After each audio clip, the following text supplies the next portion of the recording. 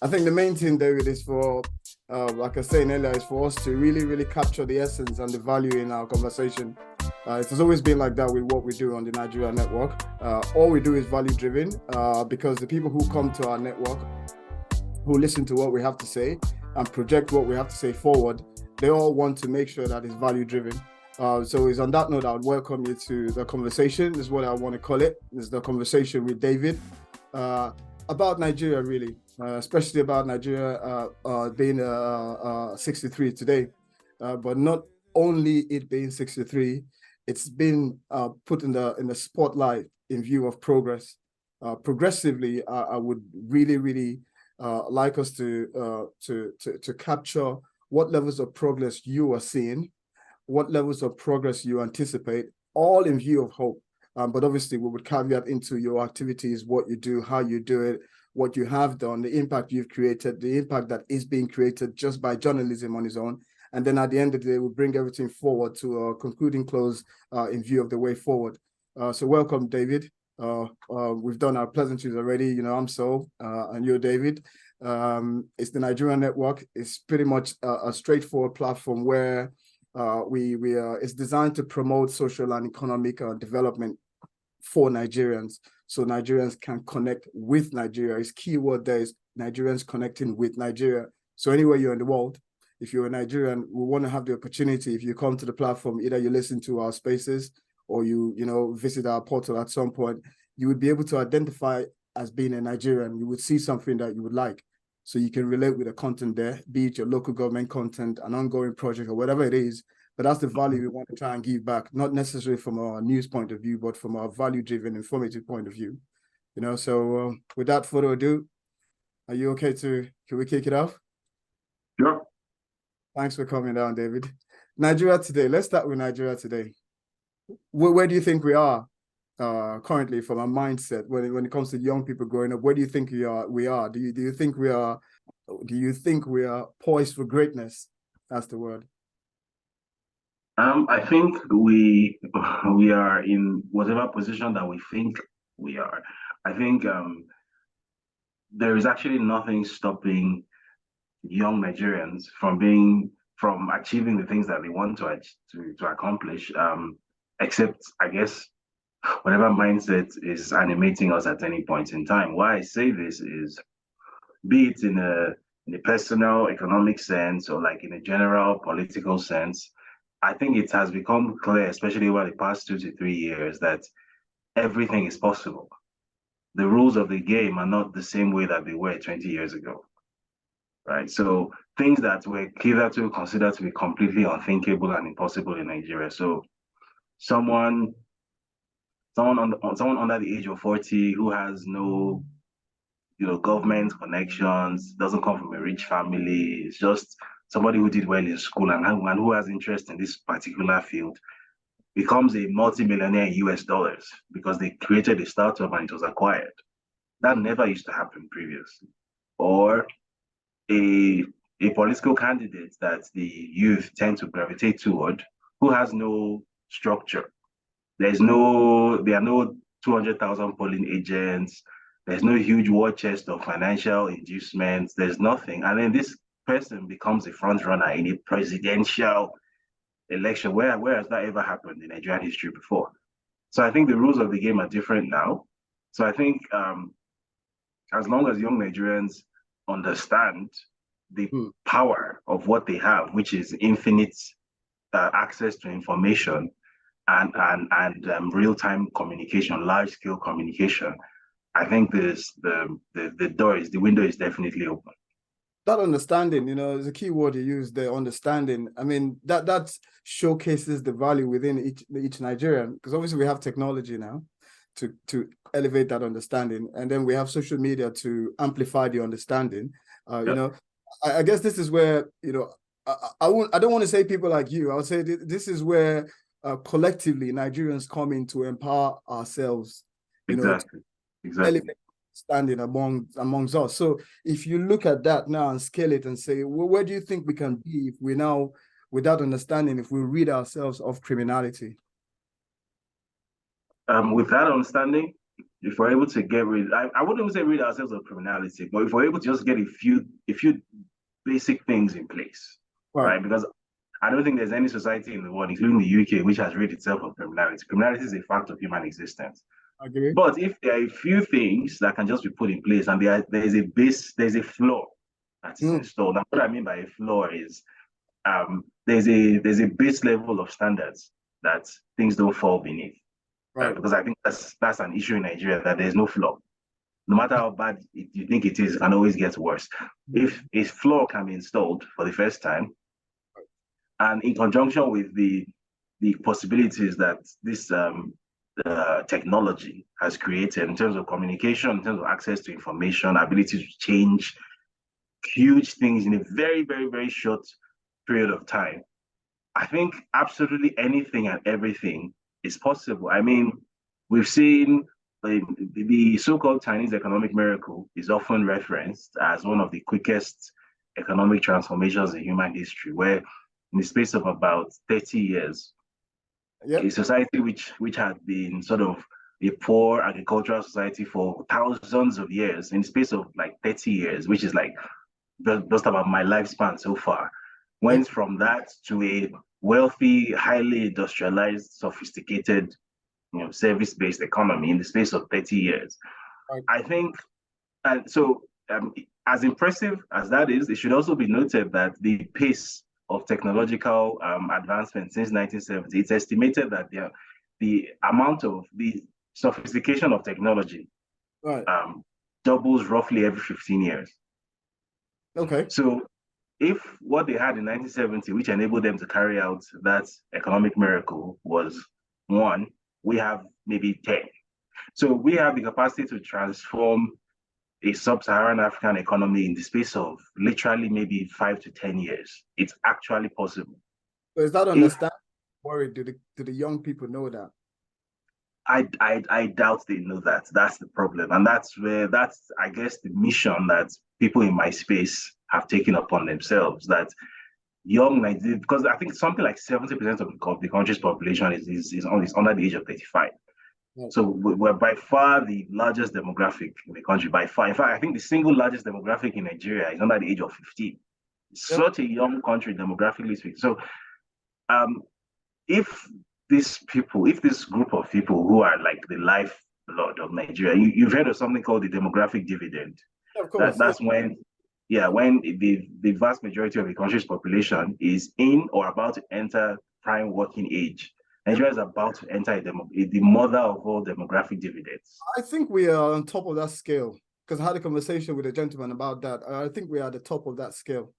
Exactly. Entering that environment. The guy I spoke to is actually a young Asian guy. He was talking about emerging economies, and he used Nigeria as a showcase. And that's exactly what he said. We're on top of that scale. But yeah.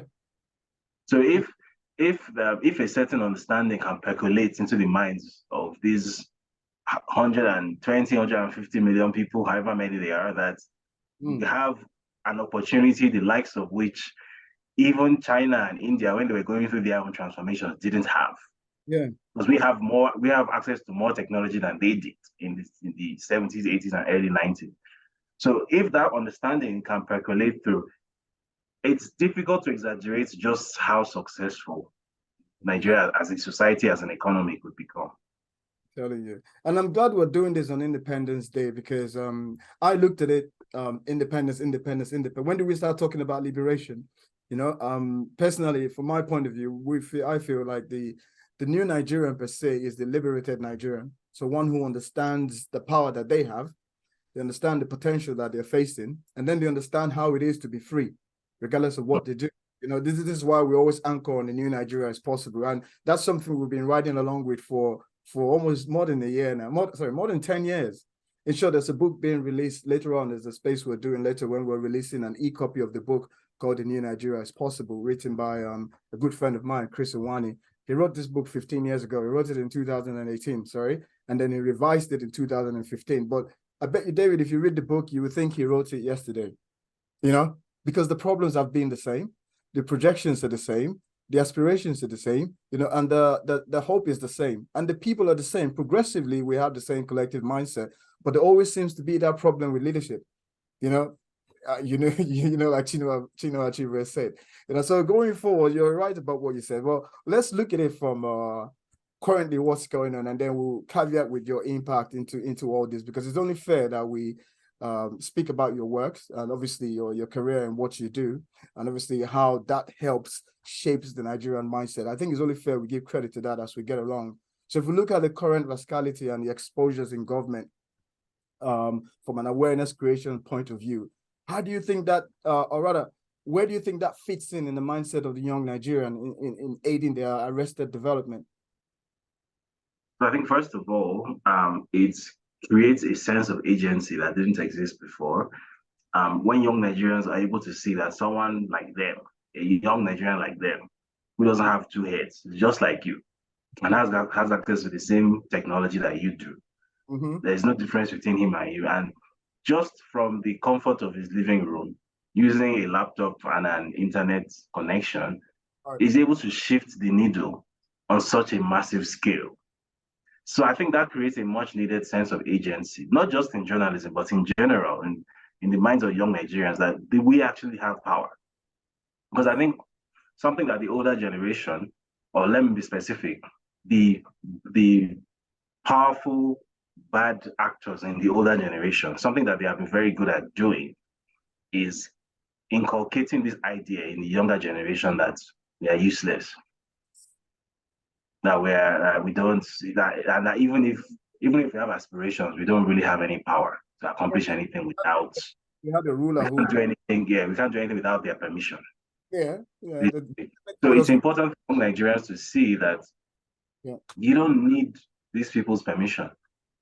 Like, this is the meaning of technological disruption. This is what it means for a society to evolve due to technological advancement. That if you were born in 1900 in, let me say, New York, in the year 1900, and then you fell into a deep sleep and you woke up in the year 1925, right. You would have seen two completely different worlds that have nothing in common. Because in 1900, the primary, in fact, the only source of land transportation was horse-drawn carriages and buggies and whatnot. By 1925, the automobile was everywhere and the horse industry was dead.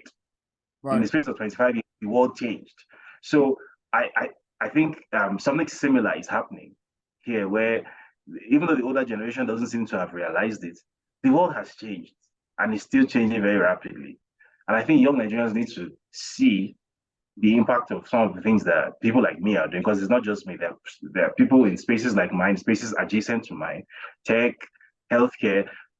So they can see that actually you don't actually need to, the paradigm of the 1980s doesn't need to apply to you. You don't, if you want to be successful in life, the rules of 1991 don't need to apply to you. There are several ways of killing a cat now. Right now, if you decide that if you just have access to maybe a smartphone and internet, steady internet connection, and you want to change your life with it, you can spend your time on YouTube learning a skill. Yes. And that skill that you will learn there will land you income that will be more than what somebody that went to 4 years of university, and maybe studied law or something in Nigeria will be able to pull. Right? So you can literally change your life. And in a practical sense, I've seen this happen in front of me. Prior to when I went full time into practicing, like in investigative journalism, I used to run a copywriting agency, like my own copy. It was called Top Star Content Services, and most of my clients, in fact, all of my clients were sort of foreign clients. Where was that? Sorry, this was like 2018. This was in Lagos. Okay, cool. And basically, I started off from like Upwork and Fiverr, and then my clients. I built up a portfolio, and the clients got bigger, and the money got better, and I was able to hire people. At my peak, I had 5 people on my payroll, and I realized one day. I think the day the light bulb really went off above my head was when I realized that my first job, when I came back to Nigeria in 2013, my first job after NYSC in 2014. Yeah. I worked at a PR agency, right? When I was on probation, my salary was 40,000 naira a month. After I got confirmed 6 months later, it went up to 150.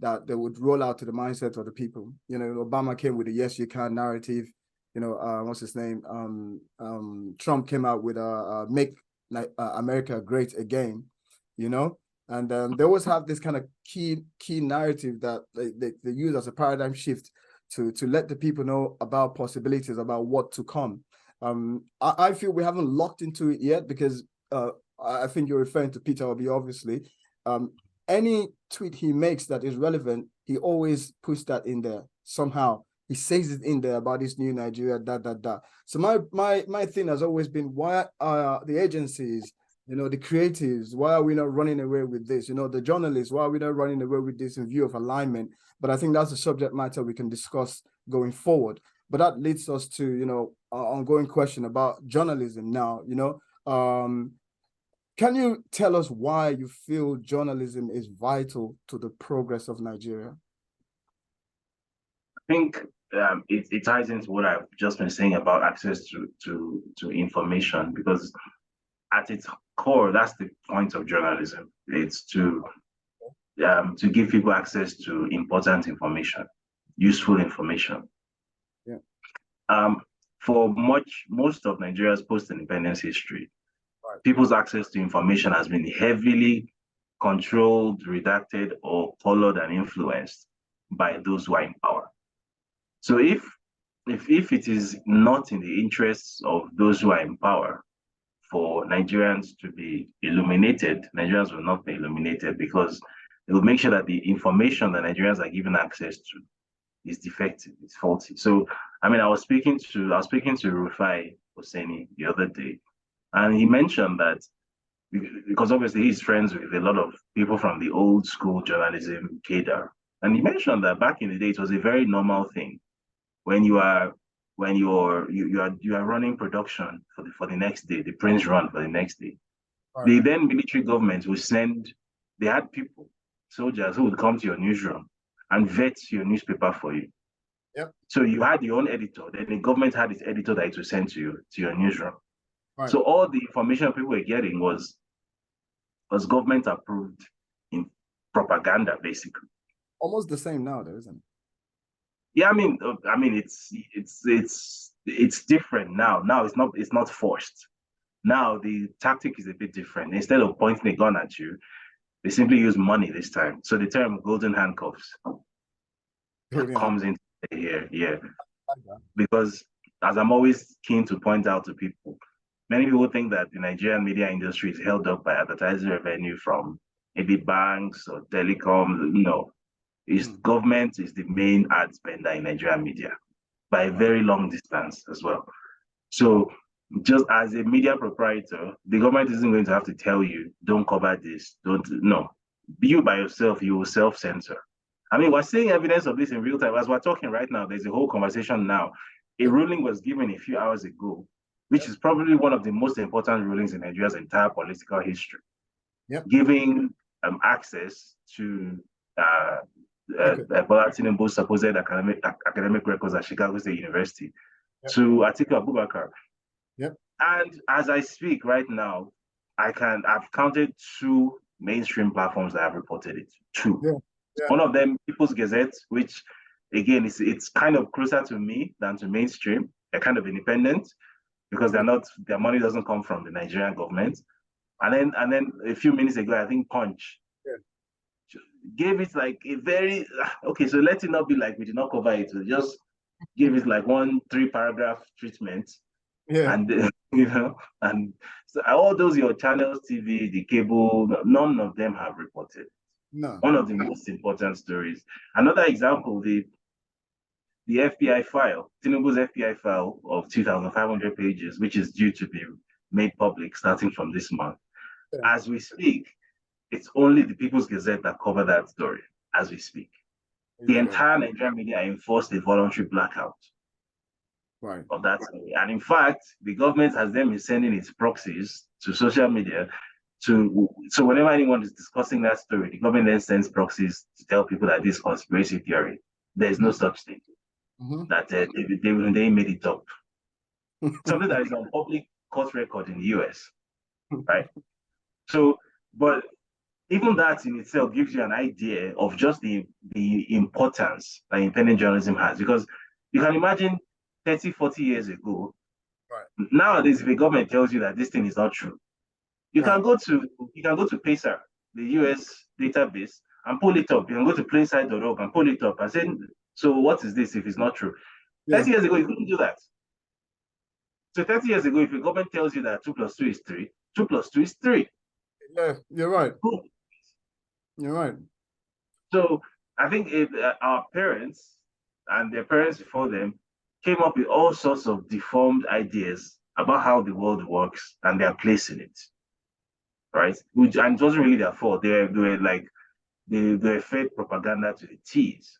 They really didn't know any better. I mean, this was a generation that described people like Abike Dabiri as fearless journalists. Meanwhile, these were news readers working for government government TV station. You know, what the hell was the fearless journalism there? You know, but that's all they knew.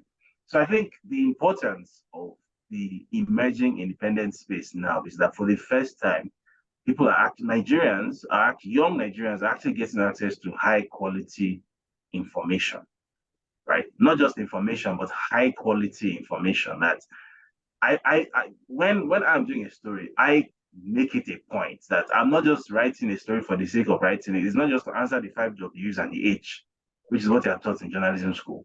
Right. Every story must have the 5 Ws and the H. It's not just to do that. I'm What's also 5 Ws and H? so who, what, where, when, and how. Yeah. Right. Yeah.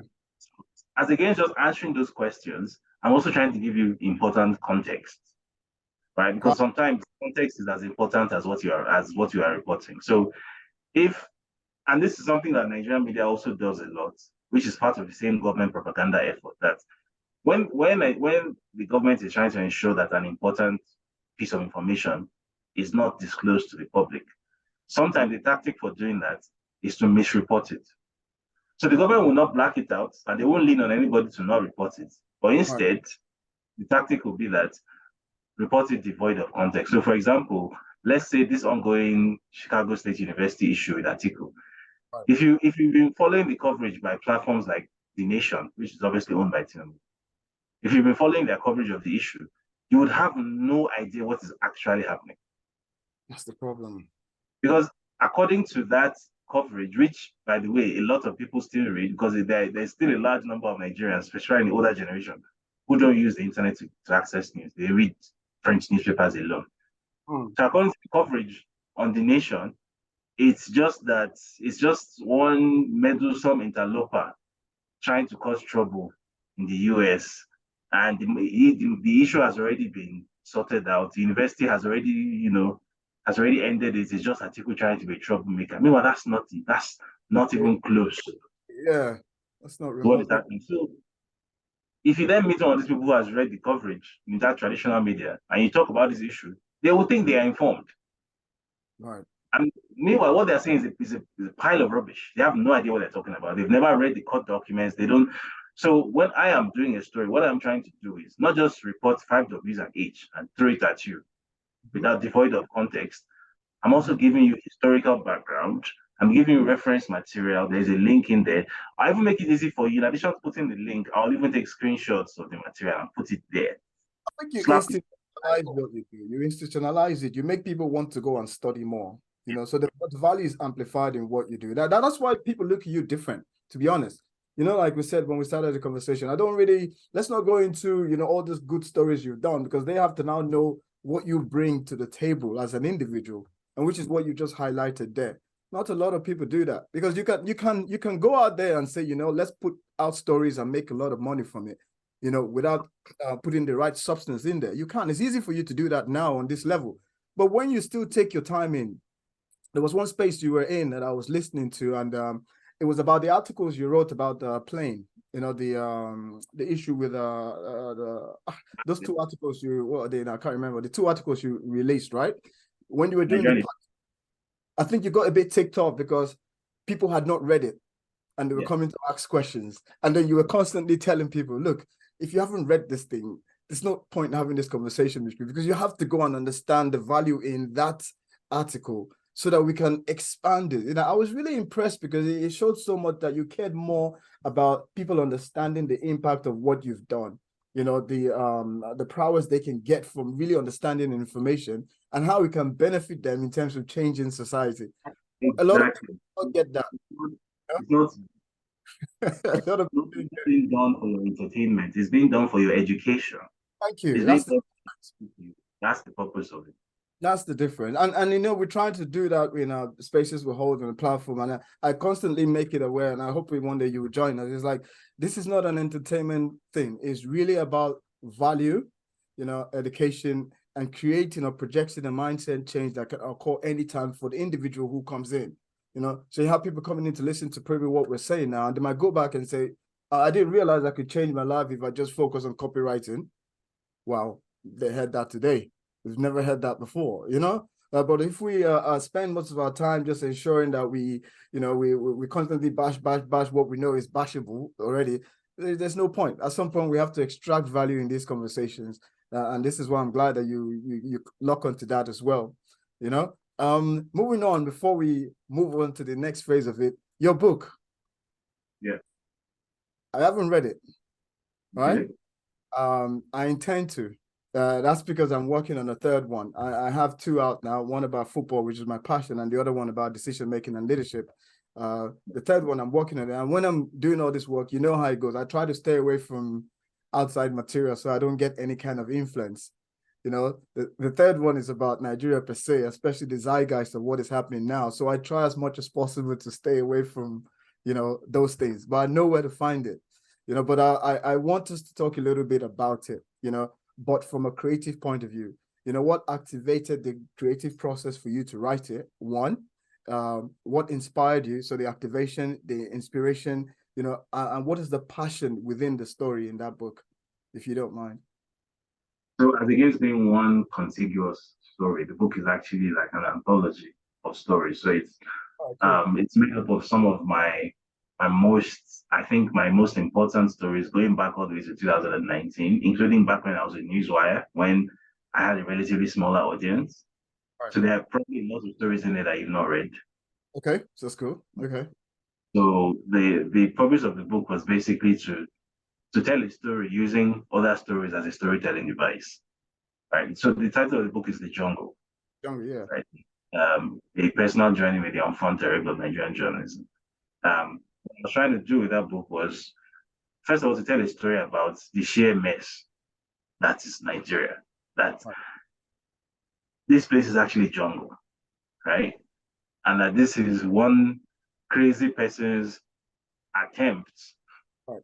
at sparking some sort of order creation within this jungle, right? So starting from the very first story, which was back in 2019, um, the story of the so-called Abuja raids, when young women in Abuja were getting kidnapped off the streets by police on the suspicion of being prostitutes. And then they were getting raped in police cells. And all of this was happening on the orders of a woman, of all people. So, like, just this really mind-bending story. So that's how the book starts. Right? I intentionally selected, because over that period, I have dozens of stories that I've done. But I intentionally selected the ones I selected to tell Right. that story. Right. Right? That this is sort of the progression. So there's stories about public sector malfeasance.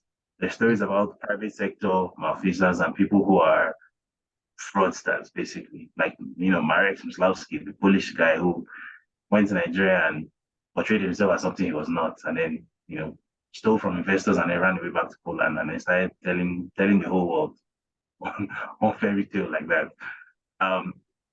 There's stories about corruption in the military. There's stories about energy, oil and gas. There's story about telecoms. So there's like every sector of the Nigeria that we know, education. There's a little piece of everywhere just to tell a story that this is what this place is, and these are the attempts that have been made to try to hopefully restore some sort of order within this place. And then the very last chapter in the book was my very first story on West Africa Week. Okay. So, which is like almost like a prelude to the upcoming book, because my next book is coming out in January. So now that book is going to be dominated primarily by stories from West Africa Weekly and chapters which are not from those stories, like original chapters you've never seen before, which Right. are basically my own commentary about my life around that period. Because the second book isn't a story about Nigeria, the second book is a story about me. Okay. Okay. Second book, I'm telling a story about my life over the past 3 years. I'm Okay. including some of the things I've done, but it's mostly about my journey over the past 3 years and the craziness, living in safe houses, going through a second divorce, all that madness that went Okay. on, being threatened with extradition and all that kind of stuff. So all of that is going to be in the second book. So the first book was a story about the craziness of Nigeria and why I was forced out of Nigeria in the first place, why I had to run. Right. And the second book is what happened next. What happened next? I mean, the first one, for instance, the jungle. My thinking right from where you're saying, I'm right from what you're saying is that is already looking like a Netflix series at some point. I would not be surprised because there are actually individual stories that I've done, Yeah. which are actually getting. I'm not sure I'm allowed to legally speak. I'm not sure I'm allowed to talk You about don't it. need, but I'm just saying. There's at least one story that I've done over the past year, which is actually being, worked on Right. for production. So If you look at it from a creative point of view, anything as exciting as that, you already know, especially now in this day and age where creativity rules, all it takes is for one individual to pick it up and say, hey, let's make something fantastic out of this. And then, from there, you never know where it goes. But like we started off, this is what we need. If people have the understanding, which are played through, you can play this understanding through stories. If the young Nigerians have the understanding of progress, the understanding of hope, the understanding of visions for themselves, this can actually change the mindset. This can help with, tweaking something that has never been tweaked before. So, I mean, I sent you a series of questions, in view of, can we do more for global harmony? And the reason why I said that is because, you see, Nigeria is, there was obviously 500 languages, and they're being forced now to be one, and we're being forced to live together, understand each other, but that creates a level of diversity and inclusivity that the world has not really seen before. So the thing is, if we get it right, don't you think that can be a template for global harmony on a level? It's just from your own opinion. Because if I get it right, I don't know where you're from now, for instance, but I know that you're Nigerian, right? And if me and you meet in Japan, right, the two things they would say is these two guys are Nigerians. They wouldn't know where we're from until we start expressing to them that, oh, I'm from this village, you're from that village. But they see that harmony, and it might be used as a template with the right leadership. What's your opinion on that? So first of all, I'm from Lagos. I'm from Badagry. Okay, fair enough. Hence the, I'm hence the from origin. And then secondly, um, it's a bit of a dicey one because yes, I agree that definitely. I mean, Nigeria is not the only diverse country in the world. No, it's Um, not. No. China is also a very diverse country. India is also a very ethnically diverse country, and yet they're not perfect, but they function. Right. So um, I don't think just for the fact that Nigeria was put together without the consent of the constituent members of Nigeria Right. doesn't then necessarily mean that the only way to move forward is to burn everything to the ground, right? I believe there are plenty of ways to kill a cat, and above all, I believe that I think anyone who has any sort of economic understanding of where Africa stands in the world knows that the only way for Africa to ever stop being poor is for Africa to integrate with itself, Yep. economically and politically. Yep. So when we're talking about Africa integrating itself and becoming closer, you know, Yep. creating a federation kind of similar to that of the EU or Mercosur in South America. I Yep. don't think you can be having that conversation and then at the same time talking about splitting into constituents, creating 4 or 5 new countries out of one. I don't think you can. In the words of Julius Malema, he said you can't unite Africa by dividing it. Mm. I agree with that. However, there definitely are issues with the sort of involuntary way that we've been smushed together in Nigeria and the way that the British specifically made it such that certain parts of Nigeria were given political roles Right. that place them by default in enmity with other parts and ensure that basically they will forever be at each other's throats. I think there's definitely a problem with that. And I think that problem can be solved by sitting down and having a long and honest conversation about it and reaching an agreement. I believe we're human. That's what humans do. Humans reach agreements.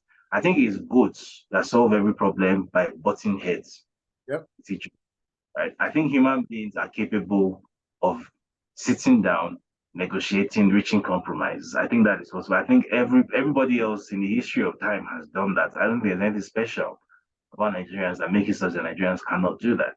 And the reason I'm so particular about this is that there's a certain kind of indoctrination almost, which I have noticed over the past few years, Right. where it's like there's a there's a growing number of people who are being sort of radicalized or indoctrinated to believe that the only possible way forward, like the solution to any kind of problem that there is in Nigeria, is break up the whole thing, let everything scatter. You're Let talking this from one religious let point of this one view. do let this one do Biafra. And it's like, okay, I'm not saying that those things in themselves will not be, I'm not saying a Biafra will not work. I'm not saying the Oduduwa Republic will not work. I'm not Right. saying that it might work. However, I'm saying what gave you the idea that this is the only way to solve this problem? Where did this idea come from all of a sudden? That for pretty much all of our lives, this hasn't really been a thing. And then all of a sudden, over the past 7, 8 years, all of a sudden, that's all you can hear. Who is behind this? Yeah. Where is this idea coming from? Hmm. Yes, Nigeria is diverse. So what? India has more diversity than Nigeria. India is not one country and it has 1.4 billion people. True. And yet it still manages to operate more or less as it's not a perfect democracy, but it's at least a flawed democracy. It functions. Right. Yeah. Yeah. So, you know, I yes, there are issues within Nigeria. You have to be very naive to not acknowledge the fact that there are definitely issues. I mean, for one thing, Northern Nigeria and Southern Nigeria basically have different legal systems. There's a penal code in the north, constitution in the south, basically. So we know these problems exist, definitely 100%. However, if there's a problem that was created by humans, those same humans can also fix that problem. Yeah. It's just as simple as that. You're right. You're absolutely right. You're absolutely right. All right. As we got about 10, 15 minutes. Celebrating our success, right? Regardless of what the situation is, Nigerians have come to, I mean, look at me, look at you, look at a few of our friends and all that. There is a level that we know we've attained where we would say, yes, we can tap ourselves in the back and say we've done something right. Do you have instances you can share with us that you would say, hey, especially from a youth point of view, that would say, we've gotten it right here, we've gotten it right here. We just need to scale, we just need to amplify, we just need to align, we just need to share, we just need to be aware, we just need to create. Do you have instances you can share for us that actually make you proud, especially on today being Independence Day? Something that you can share with us, for us. Say, you know what, regardless, maybe just my Nigerianness, that's enough. But what is it that, from your point of view, that you think you can share as a success for us going forward? I think this isn't a success story, but it's more of an anecdote that tells a wider story. So I was speaking to someone who is well known within the Kenyan startup ecosystem some months back. I don't know that she didn't give me permission to name her, so let me not mention her name. But she's very well known within the Kenyan startup ecosystem. And I was, we've kind of been conditioned with the idea that the tech hub, if you like, of Africa, or at least of East Africa, is Kenya. Yeah. That they have a very deep pool of talent there. They obviously adopted many technologies, significantly earlier than we did, And I was, we're having a conversation about the growth of tech in Africa, and I was talking up Kenya, and this lady, she's Kenyan, born and raised in Kenya, lives in Kenya, and she looked at me and said, "But you are from Nigeria," and I was like, "Yeah," and she's like, "Do you know that?" Because she runs a startup in Kenya. She said, "Do you know 60% of the people, the developers that we hire, they're Nigerians?" Wow. This is a Okay. Kenyan company, like I didn't full. know that. Yeah, this is a Kenyan company. They don't have operations in Nigeria. This is a fully Kenyan company. And she said, everybody hires Nigerian developers because you guys, apart from the fact that you guys have the deepest talent pool in Africa, Nigerians are the people that are known, that they get things done. Brilliant. They get apparently Nigerians have that reputation within the startup or the tech ecosystem in Africa, that these are the doers, these are the guys who get things done. It's like in addition to just holding seminars upon seminars like everybody else does, these guys, they talk, they walk the talk. Like, so if you attend a seminar in Nigeria this year and people are talking about this project that they want to launch, come back next year, they would have actually launched it and they have started doing numbers. Right? And this was what she was telling me. And I hadn't heard this from the mouth of a Nigerian before. But just the fact that I was coming from a Kenyan, and like they almost like sort of consider themselves to be our competition. So it's like coming from the mouth of a competitor is like the biggest compliment that you can receive. And yes, it's a small space, it's just tech. But I think that tells a wider story about I think how we're even perceived across the continent, that despite all the image problems, despite all the well-publicized issues, we're still in demand. Yep. So I think that means that the positives still do outweigh the negatives. I agree. Oh, that's a fantastic narrative to caveat that with, because I didn't even think you were going to come from that angle. Obviously, we live in diaspora. We see what Nigerians do. I mean, it's a no-brainer. I have a few friends, if they stop working today, the NHS would probably shut down. That's to show you how, high-tech we've been, and it's been going on for years. Right from the mid-90s when, the certifications came through, when people started doing their Microsoft certifications, Nigerians stopped doing all levels of, they used to associate us with different kind of fraud in those days. And we switched it almost 360 into tech, into especially IT. So it pains you sometimes when you see that just because we don't have leaders with vision, we cannot scale our prowess and take it back home. So it's painful to watch. So it's nice when you bring out that fact that even across Africa, we're still being in high demand. Use the keyword demand. We're still being in high demand. And then, that brings it back home to say, if we get it right on a level, this possibility is endless for what we can do for the country. So thank you very much for sharing that. And I think that's one key value that I'll take from today's one. What we normally do, like I said to you, the conversation we're having is not just, we release one full conversation and that's it. There are key nuggets that we can extract from it and share to individual places for impact. So people see that, hey, look, you know what? We are good people when we intend to be, we have the right leaders, So we can wrap it up with any way you want. So way ahead is what I want us to wrap it up with in terms of, so what's the way ahead for us? What is a new Nigeria for you looking like, especially now with this disclosure we're having? We all know where this is going to end. I like what you said the other day. It was an interview. We were talking to somebody, and I constantly say this all the time. We are just dealing with common criminals. You said it. We're dealing with common criminals. And once you're dealing with a common criminal, at some point they're going to make a mistake. At some point they're going to go down. We just have to wait for space and time. So I keep myself excited because I know this is only going to go one way for criminals anyway. So we're ahead from your point of view. What does it look like, considering what is going on? I know there's a lot going on, especially with your life. We know about what they're trying to do. We watch your videos, like say, I'm a keen avid follower of your works. Not only from an inspiration point of view, but from a knowledge point of view, because I find it to be a very knowledgeable character, so I appreciate that. But way ahead from your point of view would be nice. Let's use that to wrap this whole excitement up. I think there's what should happen, and then there's what could happen. Okay. So I think what should happen is that as more and more information, and I'm not just referring to what's going on now specifically, but as we become a more information-rich society, a more information-saturated society, and people become less resistant to information, and information starts to inform the decisions that people take.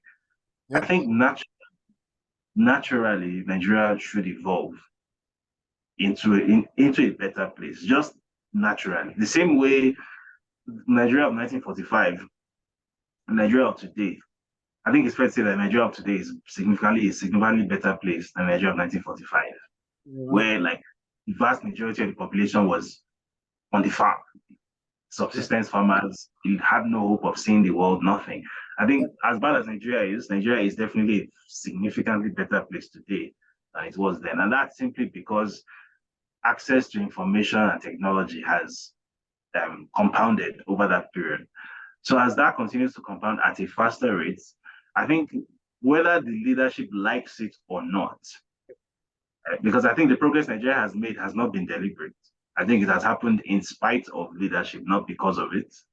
I think if the current leadership, for example, was in charge in 1999, I'm not sure we would have had MTN and Economic Wireless to lead us into the information age. I'm sure they'd have tried to force Nitel down our throats, and up to now, we'll still be like some countries in Africa that are struggling with 33% internet penetration. I think we'll still be there.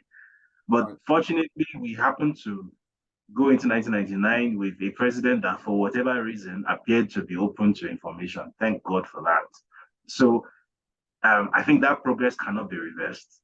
I think at this point, the only way to reverse it is to switch off the internet. I don't think that's possible. Possible. I don't think it's feasible. If the very structure of the Nigerian economy has evolved in such a way that the internet is actually systemic now, you can't go back. So that access to information is going to become an even bigger thing going forward. So what should happen ordinarily is in the next 15 to 20 years, even though progress might not be as fast as we would like it to be, but it's going to be inevitable because when you have, as I mentioned earlier, a demographic dividend of that size and a concentration of people of that size, the young, ambitious, hungry population, which is now tech savvy and has access to information, the only result of that is economic growth, one way or the other.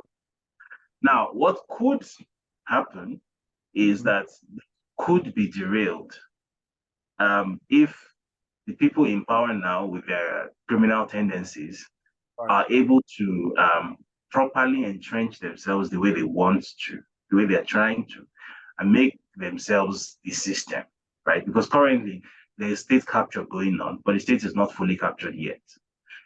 If the criminals in power now are able to, or if the Nigerian people allow the criminals in power now to properly entrench themselves and become the system such that it becomes impossible to work without them or to work around them or to get rid of them, Right. then ultimately that could lead to some sort of large-scale civil unrest in the You're right. future. That's what happened. So I hope the second scenario doesn't happen.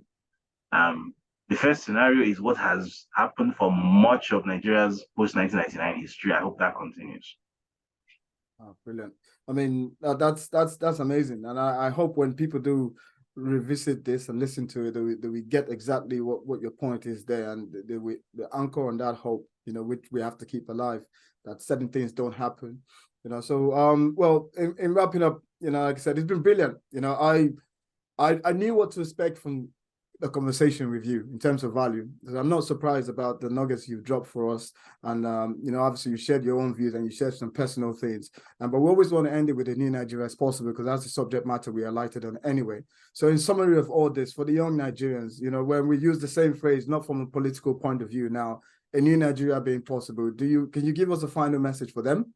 Just for the young ones who are looking at us as beacons of hope, who are looking at us for levels of progressive intellectual engagement, because the markers I use in scaling Nigeria's progress is the young people. I see their engagements, I see their impacts, I see their interactions, I see their quest for knowledge. Those are the markers I look at, not the shenanigans that the other ones are doing. I see that, okay, this guy who is 15 is interacting like this. In 3 years' time, he can vote. Where's his mind going to be when he's ready to vote? He needs to be in the right place, but he needs to be taught to be in the right place at some point. So what would be, in view of that Nigeria being possible, what would you say to them as we wrap it up? 2-3 minutes is fine. Say, just take a look at very recent history, 2015 to now, and see things that looked inconceivable in 2015 have happened now. If you had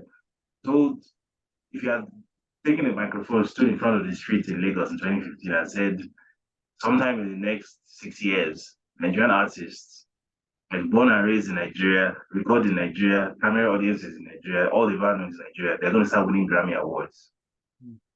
Like contemporary Nigerian artists that you are looking at here, that you see them perform at Unicon Stadium, they're going to start winning Grammy Awards. Those same people. So that look fanciful. It happened.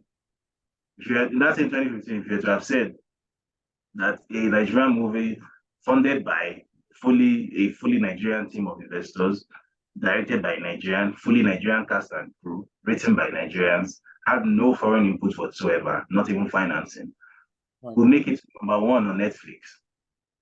So I've been like, okay, maybe that'll happen in another 30, 40 years. Black Book is currently is still in the top 4 as we speak right now.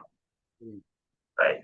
And by the way, that was Eddie Young's first ever attempt at directing a feature-length movie.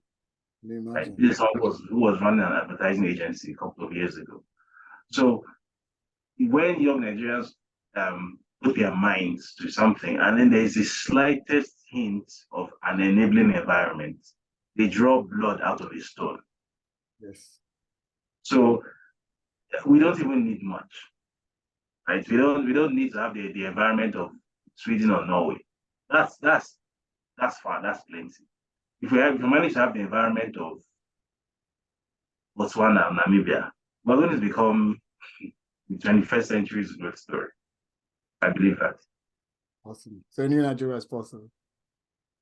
I think it's already happening. It's obviously not at the speed I would like, and it will still go horribly wrong. But again, that's how change happens. Change happens incrementally, and you don't necessarily realize it when it's happening until you look back. As I said, look back at 2015 and realize, wow, 2015 feels like yesterday, but look at how much things have shifted between then and now. So I mean, I'm happy where you left it. I think it's already happening because I'm under that impression as well. You know, because a man convinced against his will is of the same opinion still. I think it's already happening. I think it's happening. It's been happening for a while, but we just pick it up and aligning with it. So it's here. I'd say thank you, David. You know, going forward at some point, obviously, we know how it is. It might be, hey, let's talk about something completely different. And I hope you give us your audience as well. But it's been fantastic getting to know you, one, and then engaging with you and then taking some of these nuggets from your mind, you know, and amplifying it. So I'll be looking forward to reading that book and then obviously the next one coming through, you know. So it's the Nigerian Network. We'll be here. We're here. We've all kicked off what we're doing earlier this year and we hope to keep it going that way. And I'm glad to have had this chat with you and looking forward to more exciting conversation and especially your good works going forward as a proper Nigerian person. Thank you very much for having me.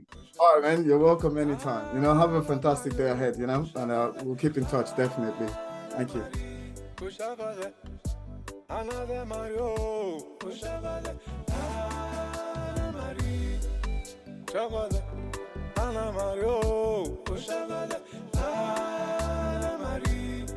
We beg you this, Anna Mario,